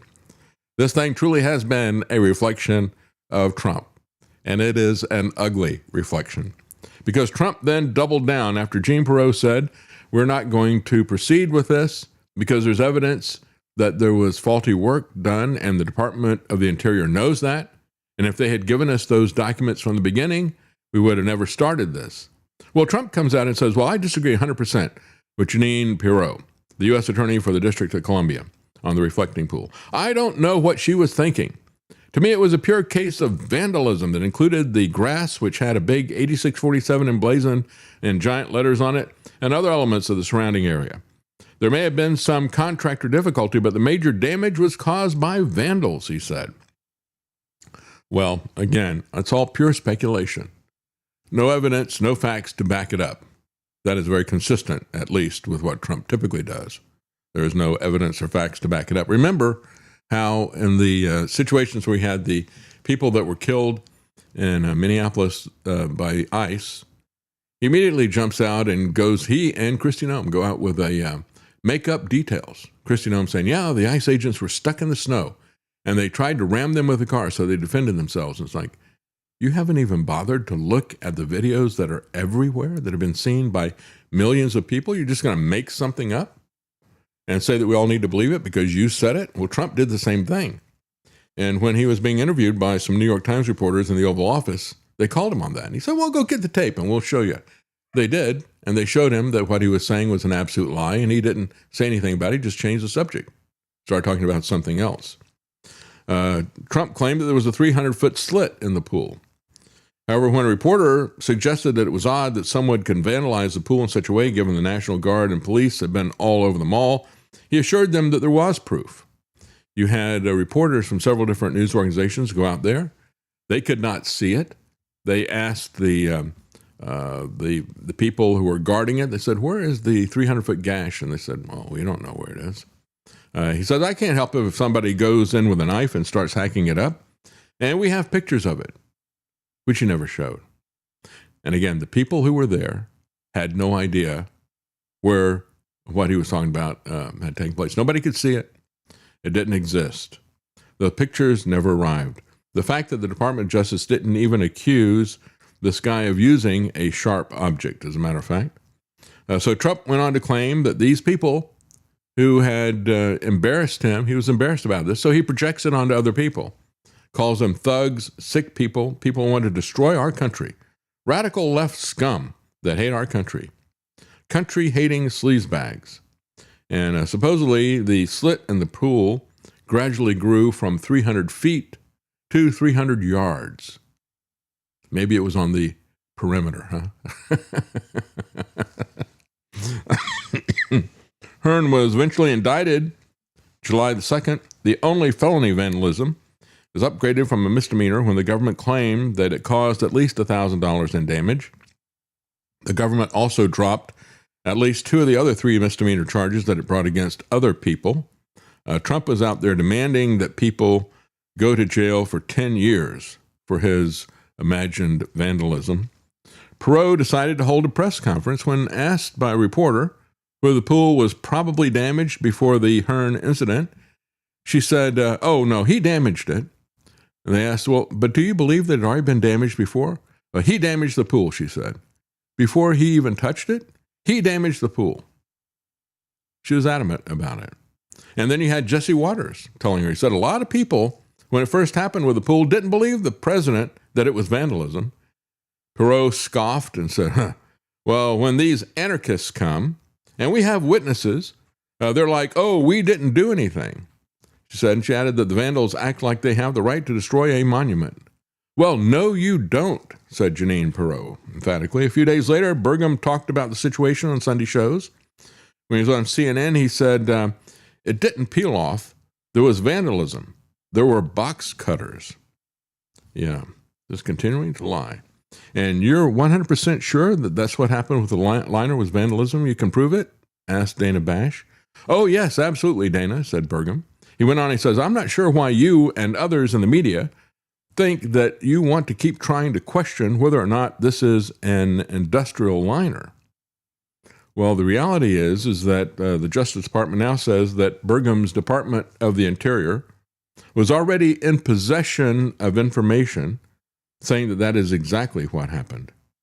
And that is the lack of character that has become so characteristic of this administration. Of course, the leftists' headlines, left-leaning media, Daily Beast called her a goon. Headline was, humiliated Trump goon abandons reflecting pool prosecution. Jeanine Perot admitted a flawed installation was behind the pool's problem. And then you have a Mediaite saying Trump lashes out at Jean Perot over the reflecting pool case. 100% disagree, he said. And a pure case of vandalism as he raged at the Department of Justice. She better watch her back. He's probably going to be pushing her out next. Because the question is, when you look at this, I always look at this when these people are making these absurd statements, whether you're talking about Marco Rubio or Pete Hegseth or Jeanine Perot, it's like, or Doug Burgum. At what point do these people figure that this is so far out that they're going to get caught in a lie and there's going to be some consequences for it? Of course, I understand that the consequences for opposing this narcissist are that he's going to come after you. So most of them will continue to make these absurd statements. We should always take anything that's coming out of the Trump regime with a very small grain of salt. Mafia Don, by the way, has claiming that Capital One closed their Trump organization accounts. He said it was weaponization. Well, it turns out in court documents that Capital One says, no, actually, we did it because there were signals that there was money laundering that was happening with the Trump accounts. They said they had carefully documented the fact that the way the accounts were being operated looked like it was money laundering, and so we just quietly shut it down. It marks the first time a bank has formally tied money laundering concerns to Trump's family business. And of course, one of the Epstein victims had said that she heard somebody say that Trump's casinos were simply for money laundering. That would explain why he bankrupted so many of them. Capital One has never accused the Trump organization of money laundering, but Friday's filing because of the lawsuit. See, this is the thing. Trump jumps the shark with these lawsuits that he's got. And then unfortunately for him, in the process of people defending themselves, there is discovery, as he's finding out with the BBC. Now he's trying to backpedal on that because the BBC wants to get some records of things that he did that he doesn't want people to see. And same thing is happening with this. They sued the Trump organization, and Eric Trump sued Capital One. They never accused the Trump organization of illegal money laundering, but Friday's filing argues that documents and plaintiffs' own allegations make clear that Capital One closed plaintiffs' account for anti-money laundering reasons. The closures were the results of months of analysis and careful review by Capital One's anti-money laundering team. They gave notice of its plans to close more than 300 Trump-affiliated bank accounts in March of 2021. The Trump organization and Eric Trump then filed suit in March of 2025. They waited till they got back in political power to do that. They did it in a federal court in Florida, alleging that the accounts were closed because Capital One's woke beliefs, that was their term, woke beliefs, and its desire to benefit from the political mood after the January 6th riot at the U.S. Capitol. So Capital One said in Friday's filing the Trump organization's allegations of political pretexts were misguided and based on cherry-picked quotations unsupported by the full context of documents that were submitted to the court. In January, they filed suit also against J.P. Morgan Chase on the same grounds. In 2019, during his first term, Trump sued Capital One and Deutsche Bank in an attempt to prevent them from sharing financial records with Congress as part of a probe led by Democrat lawmakers. Anti-money laundering professionals at Deutsche Bank also reportedly flagged a set of transactions as money laundering, but the executives did not want to have that fight with Trump, so they let that go. Meanwhile, Trump says he's going to push for the anti-weaponization fund to continue through. Remember, there were two aspects of this. He sued himself as president, basically, to get taxpayers to pay him nearly $2 billion, $1.776 billion. And of course, Trump is going to carefully and tightly and secretly control how that money was distributed to people. He was going to pick, and only he could get rid of the people who were on the board that was going to allocate the money. And it was going to be completely closed as to who got the money. And he, again, used the J6 people as an excuse. Well, the court said this is not a real lawsuit because you don't have an adversarial relationship here, and shut that down. But the weaponization fund of, the other aspect of this, and that is, that was one aspect, the slush fund that was there. The other part of it was the Department of Justice saying, we're going to indemnify you against all IRS audits that have already started and any that are going to be in the future. That had a value to Trump personally of over $100 million.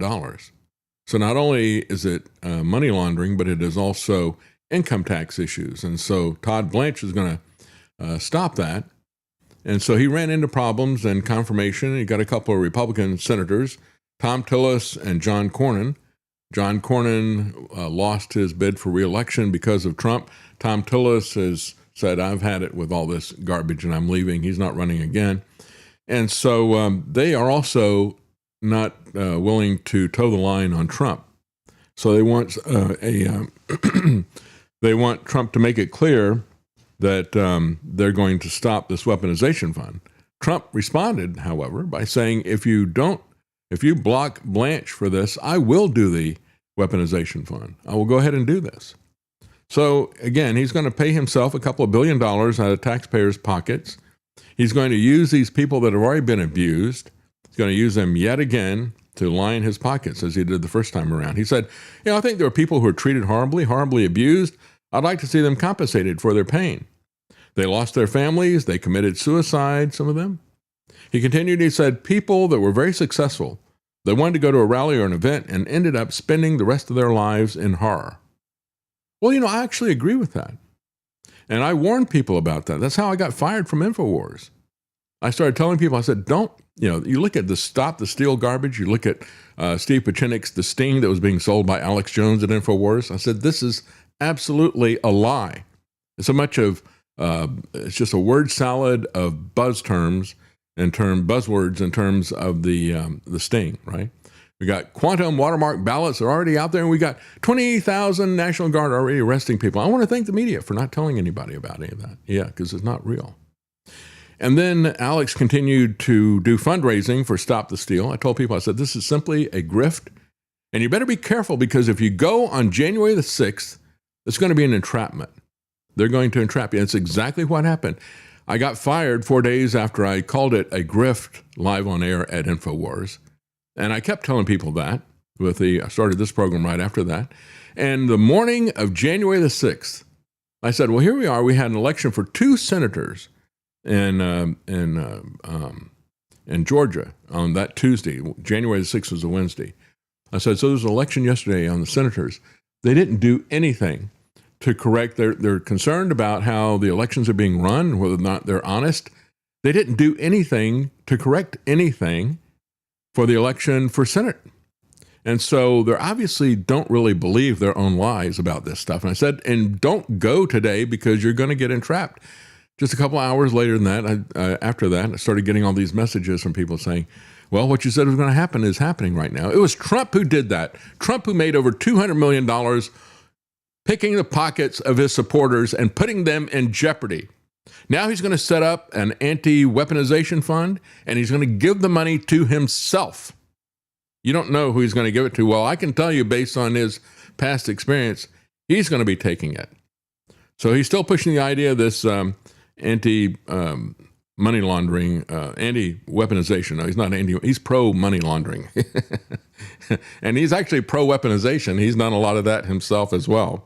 I think that the appropriate way for him to respond, certainly things were weaponized against him. The appropriate response would be to have reform. Not to get even, not to escalate it, not to do it back to them, because what that does is that establishes it as a precedent. And it means that we're just spiraling down into this increasingly corrupt and polarized government that we have now. Well, as another example of the corrupt money grubbing that is going on inside the Trump organization, the fundraiser that he has, Meredith O'Rourke, he nicknamed her the Princess of Darkness because she is so tough in terms of getting money. She will call people up and say, hey, the boss wants this money. It's a nice business you got there. It'd be a shame if anything happened to it, right? This is just straight out of mafia stereotypes. Every night at the White House, Trump called his fundraiser, Meredith O'Rourke, for an update and asked her which companies and which donors cut checks and which haven't, and how much were the checks for. Financial requests that she was planning, some for donors was to ask for $5 million, others for $50. The president gives her names to call, often including people who have recently met with him, according to people with knowledge of the calls. This is very important to the president. He asked me to call you and to ask you for this donation. She would say with the phone calls of companies, and some of the calls, she would say, the boss wants this money. Trump has called her the Princess of Darkness because she's such a killer, he said, with donations. SoftBank donated $50 million towards his presidential library. Apple, $25 million toward his ballroom. Microsoft, $10 million, and Amazon chipped in about $5 million. Meta Platforms recently gave $10 million to a Trump-aligned political committee, on top of a multi-million-dollar donation to the ballroom and a prior $22 million payment to the planned presidential library. This is just, folks, a corrupt shakedown. And it is for Trump's ego. It's not for anything else.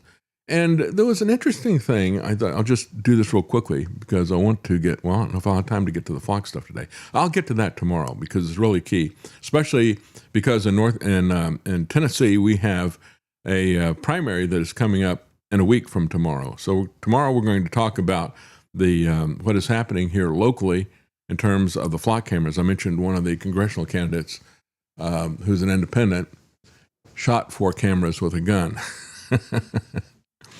Got my vote if I was in his district, I tell you that. But there was an article from The Atlantic, Let Them Eat Gold, basically comparing the opulence and the arrogance and the detachment of the Trump regime from the problems that he has inflicted on the average American with his tariffs, with his oil embargoes, with other taxes and other issues that are out there. Taxpayers are now financing Trump's love of anything gold. And in that picture you see there, that is some statues that I've never seen. They're at the Lincoln Memorial, and they are covered in 23.75 karat gold leaf. It cost $5.1 million. They are 19-foot statues called the Arts of War, which is very fitting when you look at that, as a matter of fact. I've got another picture of it right here. That's the statues as they are being gilded with gold leaf, $5 million of it. And I thought it was kind of interesting because if you look at the history of these, they go back, it was originally planned around the time that they were doing the Lincoln Memorial, and you had a lot of the people of the Grand Army, the Republic veterans of the Civil War, so-called, on the north side, who wanted to put this together. And so they started designing this thing, but it was a couple of decades before they could get the money to put it together because it was a Great Depression around that time. And so then by 1970, they put these things together. They didn't have the money to make them out of granite. So they made them out of bronze. And by 1970, there's 4 of these statues. Trump has only fixed 2 of them, as far as I can tell here. They're called the Arts of War. There's 2 of them called the Arts of War. And there's 2 of them that are called the Arts of Peace. Now, it's kind of interesting that Trump only put gold on the Arts of War. He didn't put any gold on the Arts of Peace. We know where his heart is, don't we? Yeah, the 2 that are for the Arts of War are called Valor and Sacrifice. The 2 that are for the Arts of Peace are called Music and Harvest. And by the time you got to the 1970s, these things were falling apart. They were rusting. They had galvanic corrosion inside of them. Holes and water had filled these things up. So they did a lot of repairs in the 1970s. And they considered using gold leaf at the time, but it was too expensive in the 1970s. Now there's no concern about that. It's, forget about the cost. We're just going to full speed ahead with this thing. And so just to give you a tease of what we're going to talk about tomorrow, here's a report about the congressional candidate who shot down some of these flock cameras. Tennessee's candidate for Congress spent his night in the Blount County Jail. He's accused of shooting multiple flock cameras around the county. Adam Lee Heimerman was arrested earlier this week. Officials with the sheriff's office said he shot 4 different flock cameras over a 1-week period. Deputies didn't catch the damage until several days later. They say he admitted to using a gun to damage the cameras. One of those cameras near a church, it was damaged while people were attending worship services. Now he faces felony vandalism charges. Heimerman is... it's kind of interesting. He's running as an independent. And it's in the same district as Tim Burchett, who is one of the Republicans who has introduced some legislation at the federal level to try to get these things under control. And so you have the Republican candidate who's come out against them. You got the Democrat candidate who's come out strongly against them. And you got this guy who I guess has come out the strongest against them. He took action in his own hands and shot some of them down. The question is, what are these candidates going to do? They all say that they're against them. Are they really? And what will their legislation or their proposed tactics do to stop it? We're going to talk about that tomorrow. And tomorrow we're going to talk about, and this is something that you should think about in every state. You may not be in Tennessee, but we're going to talk about the Tennessee race where Marsha Blackburn is 100% in favor of these things. Remember that when you go to the poll. We'll be back tomorrow and talk about it. Thank you for joining us.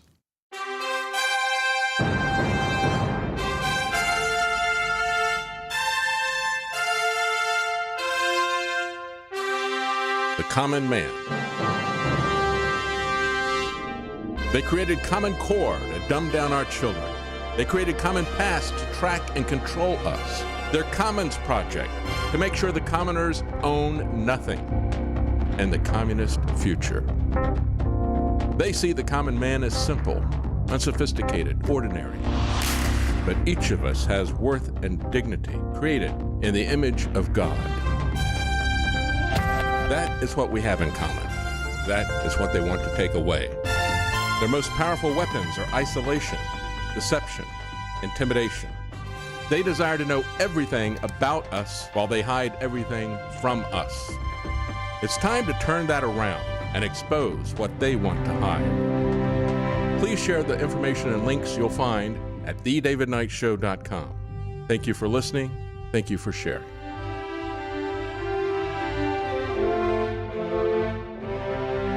If you can't support us financially, please keep us in your prayers. thedavidknightshow.com.